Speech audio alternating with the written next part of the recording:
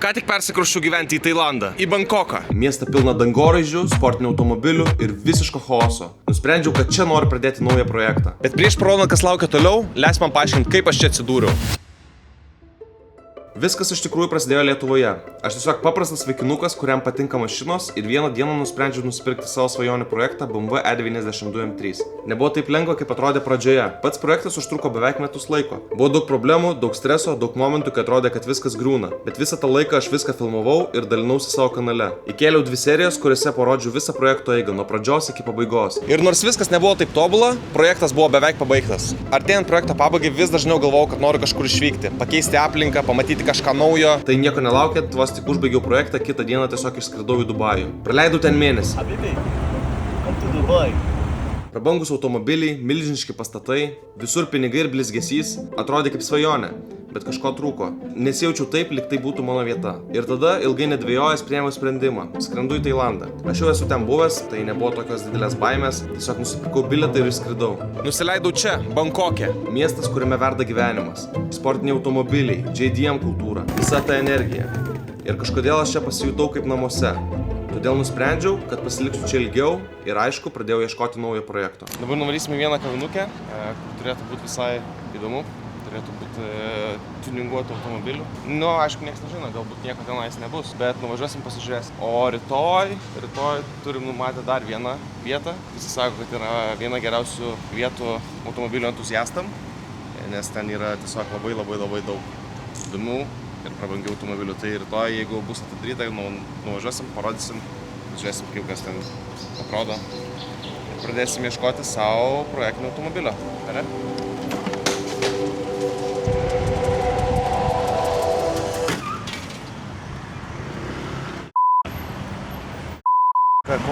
Patekome į nedidelę avariją, šitoje situacija būtų mano kaltė, tačiau moteris buvo maloni ir sutarėme gražiuoju. Mums nieko neatsitiko, todėl važiavome toliau. Peržiūrint vaizdo medžiagą pastebėjome, kad netoli nuo namų yra automobilio aikštelė. Bet prie jos grįšime vėliau. Atvykome į nesenai įsikūrusią kavinę pavadinimu Top Secret. Čia šiaip yra japoniškas tuningo brandas, kuris tuninguoja tiksliau automobilius. Top Secret Cafe Bankoke nėra tiesiog paprasta kavinė. Jis sukurta aplink automobilių kultūrą, todėl čia nuolat renkasi automobilių entuziastai ir galima pamatyti rimtų projektinių automobilių bei superkarų.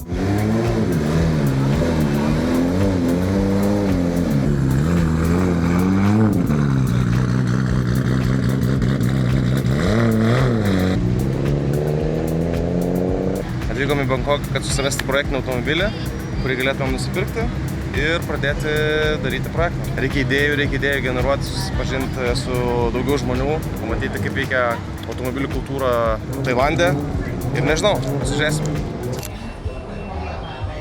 Dabar pradėjau taip galvoti, bet nežinau, ar rinktis vis tiek europietišką variantą, vokiečių gamybos, kokį nors BMW, Mersas ar panašiai. Ar lysti į tą JDM kultūrą ir pasiimti kažkokį japonišką automobilį ir tada gal tuninguoti ir dar kažką. Nes čionais labai palaiko tą JDM kultūrą, labai mėgsta tuninguoti automobilius, tai čionais daugiau pamatysi JDM-o. Tai vat, ką tu manai, Dani? BMW. BMW? O tai tu sakei Mersas? BMW. Aš irgi sakau BMW. Gal 2 projektus, vieną JDM ir vieną tokią europietišką. Atvarėm į kavinę, pasimsim kažką skanaus atsigert, gaivinančio, eisim pažiūrėti aplinkui. Gal dar kažkokių automobilių yra. Ten matau irgi stovi 2 įdomus automobiliai, tai parodysim jums ir jo, turėsim gerą laiką, pasižiūrėsim, o toliau nežinau, kas bus.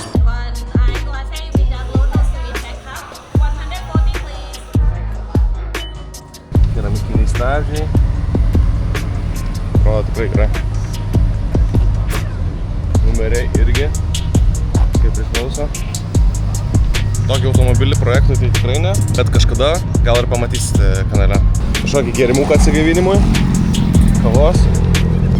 Kas labai įdomu, kad tokių vietų Bankoke yra ypač daug. Pavyzdžiui, čionais tie automobilių karmytai vyksta į savaitę, po kokius 3 karmytus gali rasti. Tu net nespėsi į visus suvažinėti, ant tiek didelė ir plati ta automobilių kultūra.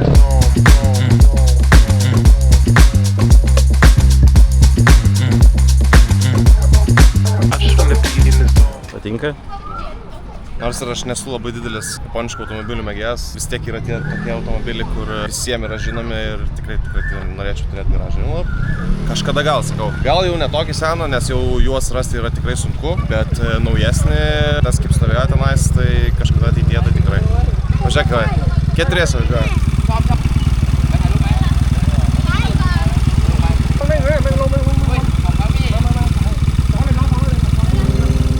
Viduje buvo pastatyti du automobiliai, tai Nissan Silvia ir Toyota Supra. Toyota Supra buvo pilnai paruošta dragams, plačios padangos, roll cage'as, salono nėra, tik tai karboninė sėdynė. Būtų tikrai įdomu pamatyti šį automobilį lenktynėse.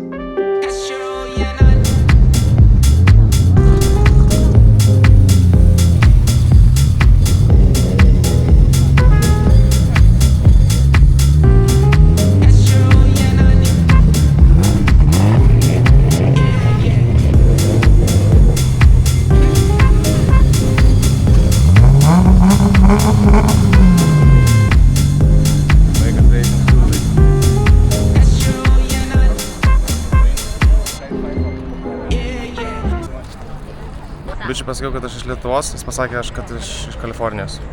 Nesuprato manęs.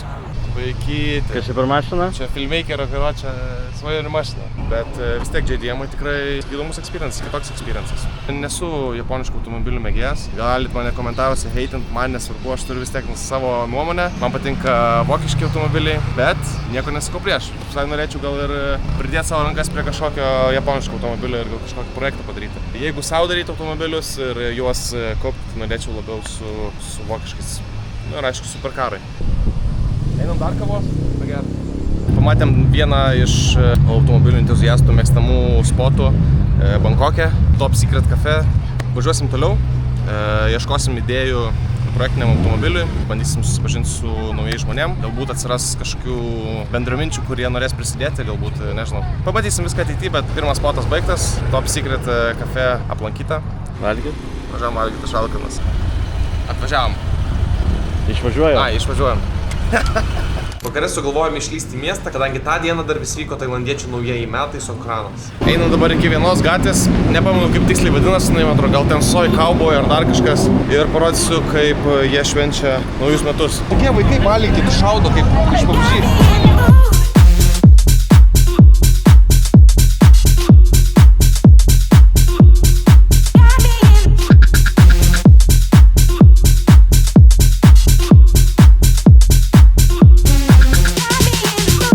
Thai New Year, Songkran. Mes važiavom iki dar vienos kavinukės Bankoko archyvas. Tikėjomės šiek tiek pamatyti daugiau automobilių, o nėra. Nu kas čia stovi labai paprasti automobiliai. Bet yra, už stiklo galime pamatyti M6 ir Supra. Tai du automobiliai vieninteliai, kurie dar kažkiek duoda vaizdą šitai vietai. Prisižiūrint tokių automobilių, tai gal reikia japoniškų automobilių projektų paimti. Ką aš galiu pasakyti? Dideli pinigai, gražus automobiliai. Kuo ilgiau aš čia būnu Bankoke, realiai, tuo aš labiau įsimyliu JDM-ą. Nemeluosiu. Aišku, vokiški automobiliai man visą laiką širdį, bet aš net tos minties, kad reikia galbūt paieškoti ir japoniškų automobilių. Pasižiūrėsim marketplace, gal kažką rasim.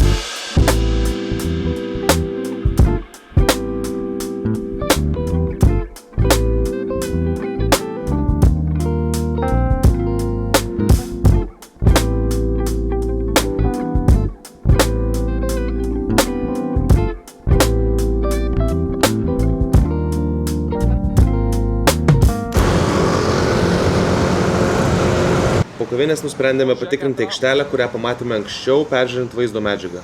Vieta atrodo tokia daug automobilių, tai galbūt pardavinėja juos. Nežinau, nueisim, matėm savininkas turbūt vaikšto, arba net ne savininkas, o prižiūrėtojas, eisim pakalbėti, galbūt parduoda šitą automobilį, pažiūrėsim, ką jis gali pasiūlyti, kokią kainą pasakys ir pažiūrėsim, kokia būklė jo. Gal mersiuką tokį?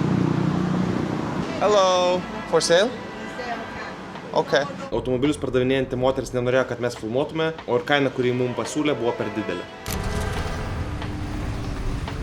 Nusprendėme paieškoti dar tokių panašių vietų ir bevažiuojant pro šalį pamatėme garažą, prie kurios stovėjo dar 2 BMW automobiliai. Bandėme susitarti, kad galėtumėm nupirkti bent vieną iš šių automobilių. Bet pasirodo, kad čia yra savininkas šitų automobilių, jis sakė, jų neparduoda, čia yra jo projektinės mašinos, irgi nori daryti projektus. Tai žodžiu, jisai pasiūlė, kad mes galim filmuoti kontentą su jo automobiliais, daryti projektą jam. Ką jisai mainais nori, tai investicijos piniginės, ko mes nežinau, gal ir galim, bet nelabai norim, nes tiesiog mūsų atžvilgiu nelabai apsimoka. Mes tiesiog to automobilio neturėsim, tik tai prie jo prisilies galėsim.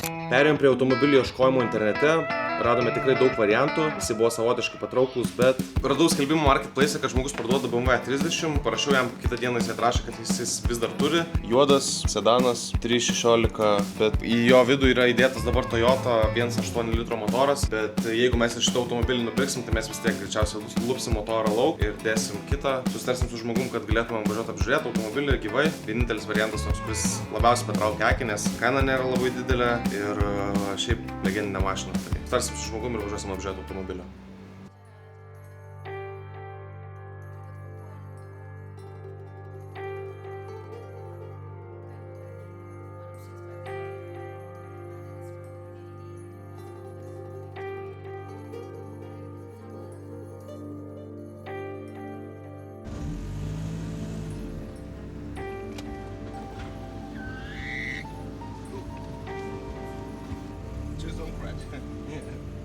Savininkas aprodė mums automobilį, pravežė su juo, pasakė visus niuansus, ką reikėtų pataisyti ir pakeisti, bei pasisiūlė prisidėti prie pačio projekto. Jis toks labai draugiškas, jis nori parodyti savo visus warehouses, kuriuose jis dirba, kuris turi pažįstamų ir panašiai, toks dalinasi visko. Ir tai išsirinksim vietą, kur galėtume pradėti daryti projektą ir pradėsim. Daug planų yra, bet kaip pirmas projektas, tai reikės laiko, kad įsivažiuoti. Labai esu patenkintas, kad radom projektą, kad susipažinom su naujais žmonėm, kurie tikrai labai yra palaikantis ir jie nori prisidėti prie projekto ir, nežinau, siūlo tiesiog viską, skirtingas vietas, kur galėtumėm tai daryti. Sako, įrankius mūsų galite naudoti. Kaip įmanoma, tik tai nori prisidėti prie mūsų, palaiko, tai aš labai dėl to džiaugiuosi ir mums bus nuo to tik tai lengviau. Pagaliau reikalai juda teisinga linkme tai. Labiau susipažinę su savininku bei pamatę jo visus workshopus, grįžome atgal pas jį namo, pasirašyti pirkimo pardavimo sutarties ir pagaliau automobilis jau buvo mūsų rankose. Žodžiu, kokia situacija. Ryte ateinam, bandom užkurti automobilį, niekas neveikia, žibintai veikia, viskas veikia, nėra degimo. Variantas yra bandyti hotwirinti, 2 laidus viens į kitą taip.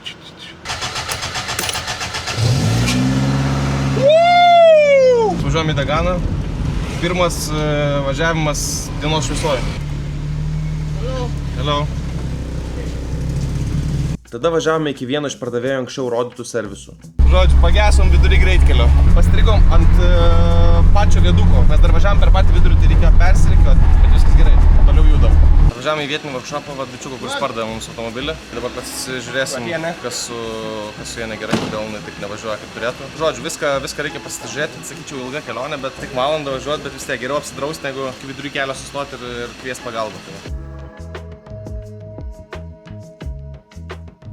Čia įdėtas Toyotas 1.8 variklis, tai mes galvojam, kad mums reikia sudėti šiek tiek geresnį, dėl to nes norim, kad viskas būtų stokinį, tai bus paprasčiau parduoti mums patiems. Norim padaryti automobilį stokinį, bet stensintą, kad jisai atrodytų gražiai, stovėtų ant ratų gražiai ir kad variklio engine bay'is visas būtų švarus, gražus, kaip priklauso.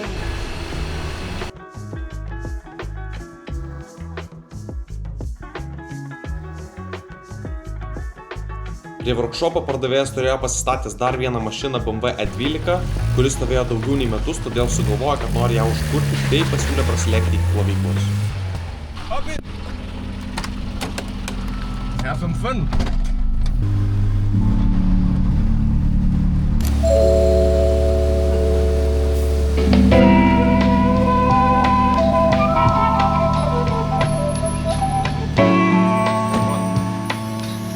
Jau po pirmo plovimo pamatėme, kad automobilio kėbului yra reikalingas poliravimas, bet kaip tokių metų mašina, ji tikrai geram stovyje.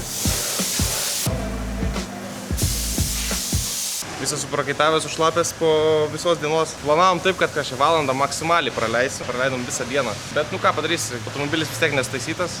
Ką jie padarė, tai pakeitė žvakės, sutaisė laidus, nes buvo korozijos gavę prie generatoriaus, tai juos sutvarkė ir viskas. Nelabai turėjom laiko, mes turim važiuoti, tai pasakėm, kad kitą kartą atvažiuosim, reikia dar susitikrinti vakuumą, kažkur orą leidžia. Ir dar daug kitų niuansų, kuriuos irgi taip pat pamatysim, padarysim ir kol dar tą važiavom, užtruko 2 valandas, tai skaityk visą dieną praėjo. Bet nu ką padarysi, va, automobilis dabar plaunasi, nuplauti ir išsiurbti kainuoja 200 batų. Automobiliui tikrai reikėjo gero plovimo, kadangi jis stovėjo labai ilgą laiką, o nuplovus šokome į jį ir leidomės į kelionę.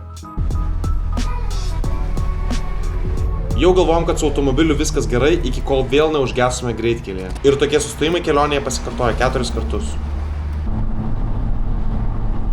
Nu tai ką, mašina jau mūsų, viskas, kas dabar beliko, tai yra pradėti projektą. Pats automobilis turi tikrai nemažai gedimų, bet mes su viskuo susitvarkysime. Dabar atvykom prie jūros, netoli Patajos, pailsėsim, atsigausim, rytoj grįžtim į Bankoką ir kipsim į darbus. Tad jei nori sekti šitą projektą, palaikink šitą video, pasubscribink, pasidalink ir pasimatysim kitame. Peace. Eisim pasidaryti nuotrauką su legenda. Nežinau. Kuo? Nežinau.